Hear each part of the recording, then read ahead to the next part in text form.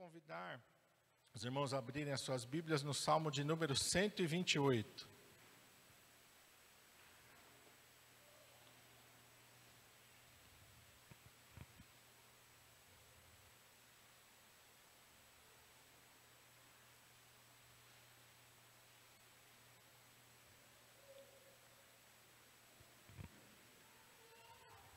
Salmo 128.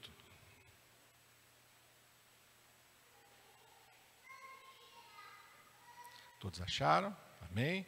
Está escrito assim: bem-aventurado aquele que teme ao Senhor e anda nos seus caminhos, pois comerás do trabalho das suas mãos, feliz serás e te irá bem. A tua mulher será como a videira frutífera aos lados da tua casa, os teus filhos como plantas de oliveira à roda da tua mesa. Eis que assim será abençoado o homem que teme ao Senhor. O Senhor te abençoará desde Sião, e tu verás o bem de Jerusalém em todos os dias da tua vida, e verás os filhos de teus filhos, e a paz sobre Israel. Amém? Vamos orar. Pai, nós estamos diante da tua palavra, Senhor. Esta é uma palavra viva, verdadeira, uma palavra eterna. O Senhor declarou: os céus e a terra passarão, mas as minhas palavras não passarão. Aleluia. Esta é uma palavra, Senhor, tão poderosa, que através dela o Senhor criou todas as coisas que existem. E tu sustenta toda a criação pela palavra do teu poder. E esta mesma palavra que o Senhor direciona para as nossas vidas, para nos abençoar, para nos fortalecer, para, Senhor, alimentar a nossa fé, alimentar a nossa alma e o nosso espírito. E nós te pedimos, fala conosco, Senhor, porque nós queremos ouvir a tua voz. Fala, Espírito Santo, da tua maneira, enquanto tu mesmo ages sobre esta palavra nas nossas vidas, ó Pai. Senhor, que de nenhuma maneira eu possa interferir ou atrapalhar naquilo que o Senhor quer falar, mas que eu seja apenas um instrumento, apenas um canal, pelo qual o Senhor possa falar ao coração da tua igreja nesta manhã. Eu te peço, em nome de Jesus. Amém. Os irmãos podem se assentar.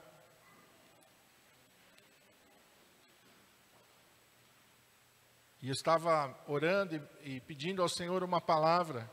E o Senhor me levou a este salmo, que tem tantas promessas de Deus sobre a nossa vida. E o Senhor falou sobre as bênçãos que vêm sobre aquele que teme ao Senhor. Tudo que Deus faz com o propósito de nos abençoar. Deus tem prazer em nos abençoar. Deus tem prazer em nos ver felizes. Deus tem prazer em ver a nossa vida indo de uma maneira que vai de acordo com a sua palavra. E tudo aquilo que Deus faz e tudo aquilo que Deus ministra, Ele faz com o propósito de transformar a nossa vida. Deus não tem prazer na morte, Deus não tem prazer na dor nem no sofrimento, mas Deus tem prazer na vida. Jesus disse: eu vim para que vocês tenham vida e vida com abundância. Não é uma vida qualquer que Deus quer nos dar, é uma vida abundante. E lá em Deuteronômio 28, quando ele termina de usar Moisés para falar acerca de toda a lei, todas as promessas, diz assim: que estas bênçãos virão sobre ti e te alcançarão. Deus manda e ordena que a bênção venha atrás da nossa vida. E muitas vezes, por nós não entendermos os princípios da palavra de Deus e não compreendermos o seu caráter e aquilo que Ele é, e aquilo que Ele faz e da maneira que Ele faz, muitas vezes a gente passa tempo correndo atrás de bênção, quando Deus diz que a bênção vai correr atrás de nós. E como é que a gente faz para receber as bênçãos de Deus? Nesse salmo aqui, versículo por versículo, o Senhor foi ministrando ao meu coração. O primeiro versículo diz assim: bem-aventurado aquele que teme ao Senhor e anda nos seus caminhos. A Bíblia diz que o temor do Senhor é o princípio da sabedoria. E temer a Deus não é ter medo de Deus. Não é fazer as coisas, se eu não fizer aquilo que agrada a Deus, vai cair um raio na minha cabeça, Deus vai ficar irado, vai pegar uma vara lá do céu e vai me alcançar. Né, Cordeiro? Vai mandar uma havaiana descer lá do céu e me alcançar. Não é dessa maneira. Temer ao Senhor é respeito. Temer ao Senhor eu não vou fazer porque eu sei que isso não agrada a Deus, então eu não vou fazer, porque eu amo a Deus. A gente pode entender isso bem no relacionamento, no namoro, no noivado, no casamento. Você não vai fazer determinadas coisas, não porque você tem medo, mas porque você ama alguém que você sabe que se você fizer aquilo, vai ferir essa pessoa.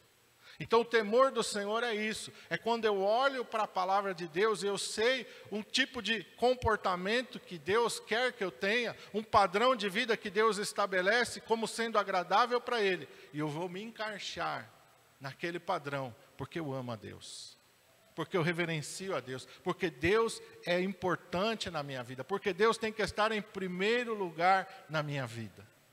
E quando nós fazemos isso, nós estamos temendo a Deus.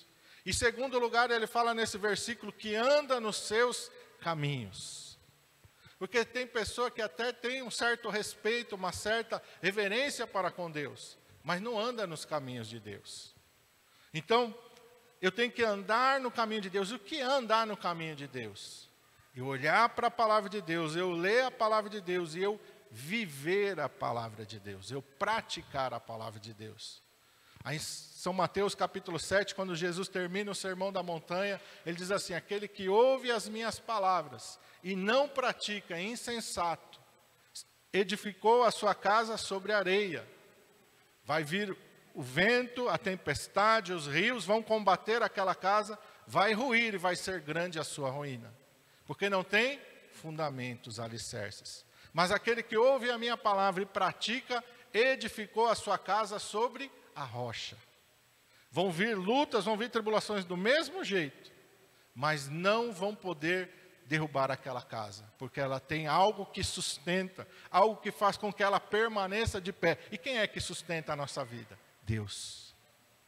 É Deus que sustenta a nossa vida. E quando a gente olha para a palavra de Deus, muitas vezes nós vamos estar em situações como Davi esteve, diante de um leão, diante de um urso, diante de um gigante, situações que naturalmente, se não tivesse Deus ali para sustentar, seria o fim da vida dele.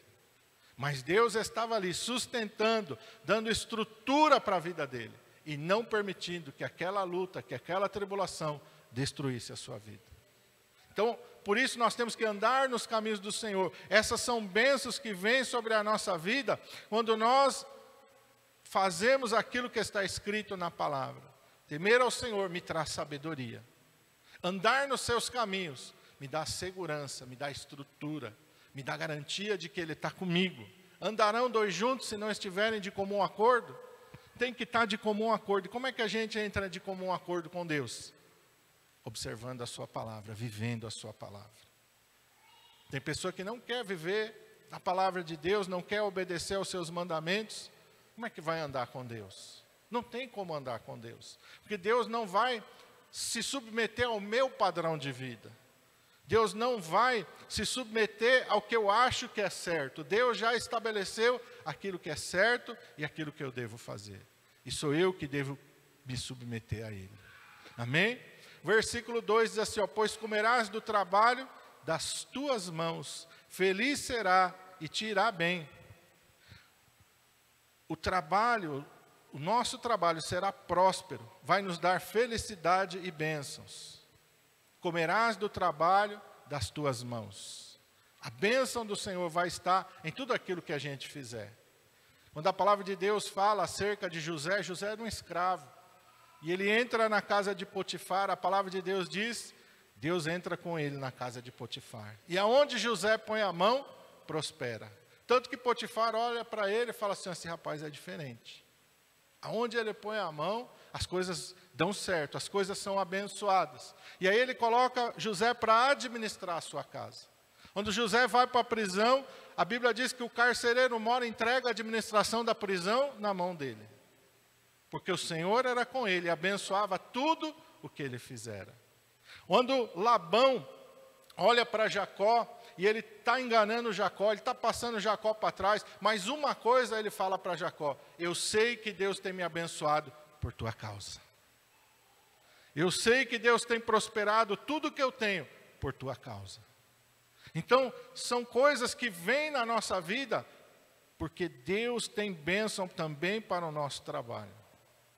Uma das bênçãos mais que eu vejo assim mais importantes na nossa vida, no nosso trabalho, é a gente ser feliz naquilo que faz. Quantas pessoas trabalham, estão numa profissão, estão no emprego e não são felizes? Vão todo dia emburrados. Você deve ter algum colega de trabalho assim. Ele vai emburrado, nada está bom, ele só reclama, ele só murmura. É o patrão, é o serviço, tudo é motivo de reclamação. Está sempre insatisfeito. Nada está bom para ele. O salário nunca está bom, os benefícios nunca estão bom, nunca tem nada bom. Todo dia, se você parar, você vai ver que tem pessoa que murmura todo dia está murmurando, todo dia está reclamando. Mas se você anda na presença de Deus, Deus vai te colocar num lugar que vai te trazer satisfação, realização. Você vai ser feliz no seu trabalho, e o teu trabalho vai te dar resultado. Comerás do trabalho das tuas mãos.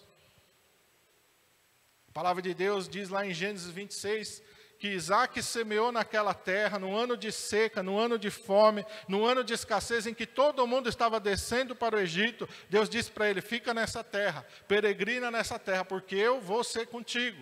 E a palavra de Deus diz que ele semeou naquela terra, naquele ano de fome, de seca e de escassez. E a palavra de Deus diz que ele colheu 100 vezes mais, porque Deus o abençoou.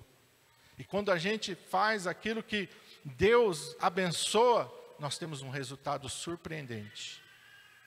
Quando o faraó chama José, ele chama José para interpretar um sonho.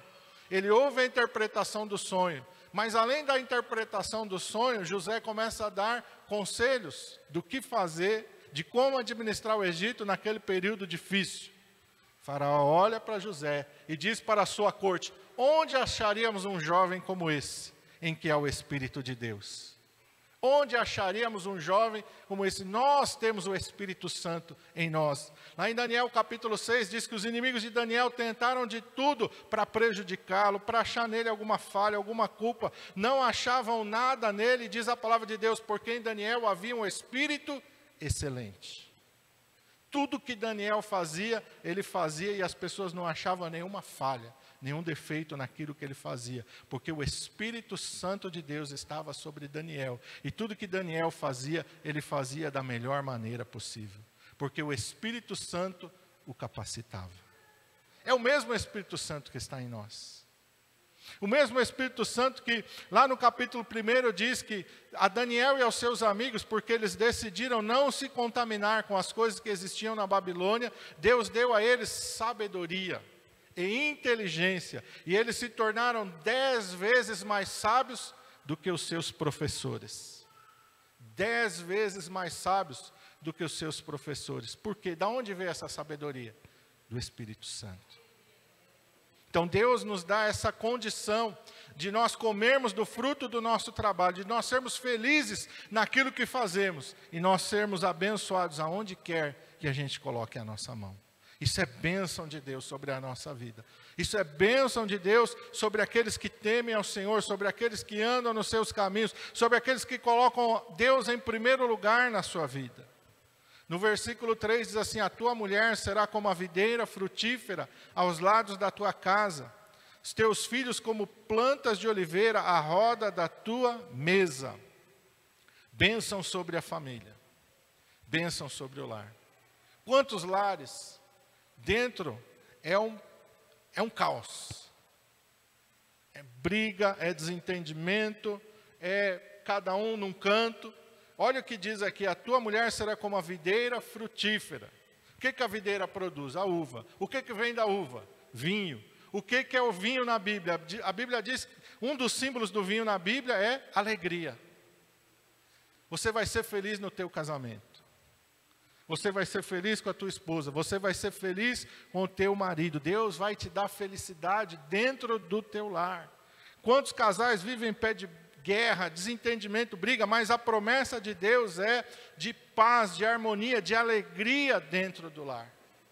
Dentro do lar e em volta, diz aqui aos lados da tua casa, os teus filhos como planta de oliveira, a roda da tua mesa. A roda da tua mesa significa comunhão. Quantas casas a gente chega hoje e na hora da refeição é cada um no canto. Ninguém senta mais junto com ninguém. Um grande culpado é o celular, né? Um grande culpado aí é o celular. Cada um está lá no seu celular. Às vezes pode até sentar de frente, mas é como se não tivesse mais ninguém ali, naquele momento, por causa do bendito do celular.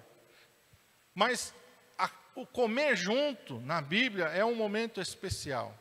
Eu, quando era pequeno, eu aprendi assim, que a hora que a gente sentava na mesa, minha mãe sempre teve essa preocupação de todo mundo sentar em volta da mesa. Ela falava assim, o momento da comida é sagrado. Está assistindo televisão, desliga a televisão, senta aqui. O momento da comida é sagrado. Estava usando o boné, tira o boné. Momento da refeição é sagrado, tira o boné, senta aí direito. Vai lavar a mão, vai lavar o rosto, vai lavar o pé. Às vezes estava na rua jogando bola, vai lavar o pé. Para sentar aqui, esse é um momento sagrado. Momento importante de comunhão, que muitos perderam hoje, mas é tão importante. Você poder sentar e ter toda a tua família em volta da tua mesa, é uma bênção de Deus. Eu conheci um irmão em Cristo, que ele morou muitos anos nos Estados Unidos, e a família dele foi trabalhar para uma pessoa, e essa pessoa deu emprego para toda a família dele. E era muito rico esse homem americano. E esse homem fazia questão de ser convidado para sentar no domingo com eles, para almoçar. Porque quando eles sentavam, era o pai, a mãe, e se eu não me engano eram 3 filhos, sentavam todos na mesa e comiam juntos, todo domingo. E esse homem rico falava para esse brasileiro, que era empregado dele, o meu dinheiro não vale, não compra isso que você tem. Como eu queria poder sentar no domingo, ter a minha esposa e ter os meus filhos na mesma mesa, comendo a mesma comida comigo, e dando risada como vocês dão risada, e brincando um com o outro como vocês fazem. Falei, dinheiro nenhum no mundo compra o que você tem, você é mais rico do que eu. A importância que muitas vezes nós não damos numa coisa tão preciosa. E eu posso dizer para vocês que no momento que a gente perde alguém, a gente vê como é importante aqueles momentos que a gente passou juntos. Como é importante. Cada momento, cada lembrança que você tem, que você deu risada junto, que você se alegrou, que você se divertiu, que você viajou, que você sentou em volta de uma mesa, que você partilhou uma refeição. Como isso é importante. Como essas memórias são preciosas. E isso é bênção de Deus. Deus não é um Deus só de entrar na nossa vida. Deus é um Deus que entra dentro da nossa casa. É um Deus que entra dentro da nossa família. Por isso a promessa de Deus é: crê no Senhor Jesus Cristo e será salvo tu e a tua casa. Deus está dizendo, eu quero entrar dentro da tua casa, eu quero entrar dentro da tua família. Quando Deus fala com Abraão, Deus fala, eu vou abençoar você e a tua descendência. Quando Deus fala com Davi, eu vou estabelecer uma dinastia para você, eu vou governar, eu vou ser próximo, não só de você, mas dos teus filhos. Eu vou abençoar os teus filhos. A Bíblia diz assim, que Deus abençoa até quantas gerações daqueles que o amam? Vamos ver se você lembra. Até 1000 gerações daqueles que o amam. Já pensou nisso? Você servindo a Deus hoje, você não está só abençoando o teu filho, mas está abençoando o teu neto, teu bisneto, teu tataraneto. Vai faltar tatatá aí para colocar. Porque Deus, Ele tem prazer na descendência daquele que teme a Ele, daquele que anda nos seus caminhos. E isso é bênção de Deus sobre a nossa vida. Versículo 4 diz assim, eis que assim será abençoado o homem que teme ao Senhor. Todas estas bênçãos Deus quer trazer sobre as nossas vidas. Eis que assim será abençoado o homem que teme ao Senhor. Deus não está dizendo, olha, se for judeu, se for da descendência desse ou daquele. Deus está falando que tudo isso vem sobre aquele que teme ao Senhor. Por isso a Bíblia diz que o temor do Senhor é o princípio da sabedoria.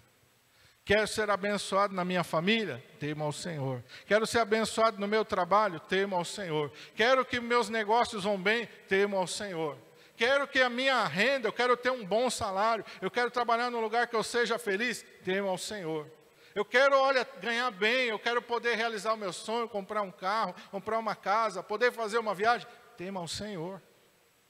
Tema ao Senhor, porque Deus tem prazer em trazer tudo isso sobre as nossas vidas.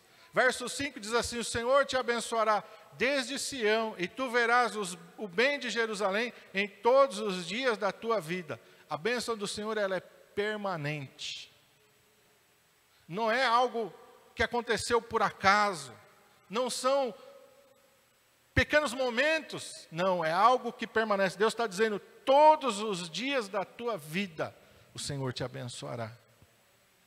Vai ser algo que você vai viver 1 dia, 2 dias, 10 dias, 1 mês, que você vai poder viver anos e desfrutar anos desta fidelidade do Senhor sobre a tua vida, porque assim o Senhor abençoa aquele que teme a Ele. E quando a gente olha para a palavra de Deus, nós vemos até hoje, o povo de Israel passa por tanta coisa. Agora mesmo estão em guerra lá. É terrorismo, é tantas coisas. Quantos impérios já tentaram destruir aquele povo? Quantos impérios já se levantaram e falaram, nós vamos acabar com eles? E não consegue acabar. E nunca vai ter nenhum império que vai conseguir acabar com Israel. Por quê? Deus fez uma aliança com Abraão. E aquilo que Deus falou com Abraão há mais de 4.000 anos atrás, ainda se cumpre hoje sobre Israel. Deus não se esquece da sua aliança. Deus não se esquece das suas promessas. Você pode olhar para eles e você pode encontrar 1000 defeitos neles, e é verdade. Eles não são perfeitos. Eles têm muitos defeitos, eles têm muitas falhas. Mas existe algo que está sobre eles que ninguém pode anular: a fidelidade de Deus. E a palavra de Deus diz que vai chegar um tempo em que todos eles vão se converter.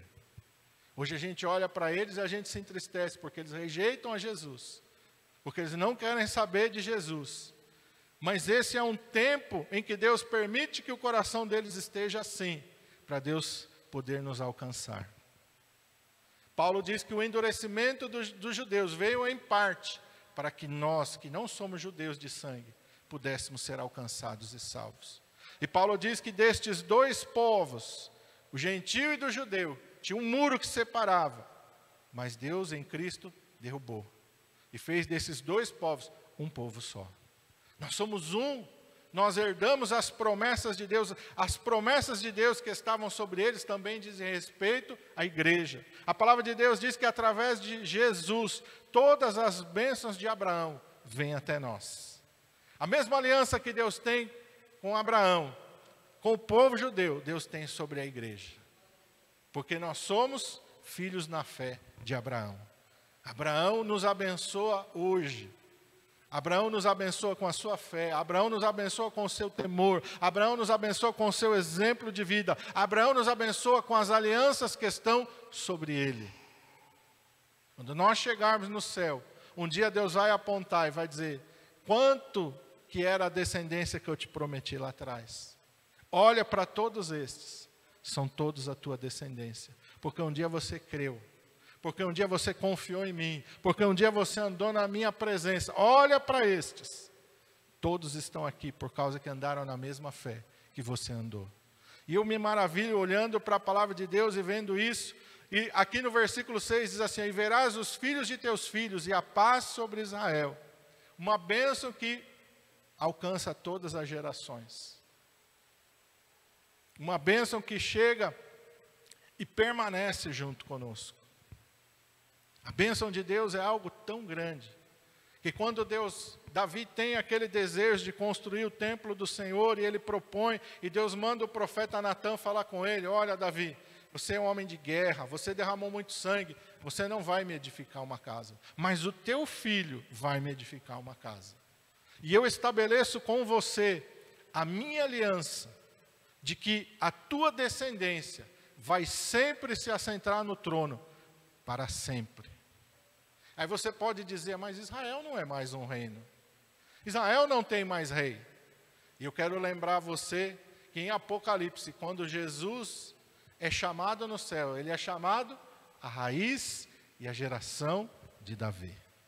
Jesus está reinando? Há um reino sobre o qual o Senhor Jesus está reinando? Deus está cumprindo a sua promessa, porque Jesus carrega sobre ele. Ele é Deus, ele não precisava, mas Deus é tão fiel com a sua palavra, que o nome pelo qual o Senhor Jesus também é conhecido, é a raiz e a geração de Davi. Ele é o leão da tribo de Judá. Olha como Deus é fiel. Olha como Deus cumpre as suas promessas. E quando nós olhamos para a palavra de Deus, nós entendemos que tudo isso que Deus fez com Abraão, com Isaac, com Jacó, com Davi, tudo isso, da mesma maneira, Deus quer trabalhar nas nossas vidas. Deus não faz acepção de pessoas. Não é porque foi Abraão que Deus não quer me abençoar. Não, Deus quer me abençoar também. Deus quer colocar sobre mim a sua aliança também e sobre a minha descendência. Deus quer agir na minha vida da mesma maneira que Ele agiu na vida de José, da mesma maneira que Ele agiu na vida de Daniel, da mesma maneira que Ele agiu na vida de Davi. O que eu tenho que fazer? Temer ao Senhor e andar nos seus caminhos. Amém? Curva a sua cabeça, feche os teus olhos.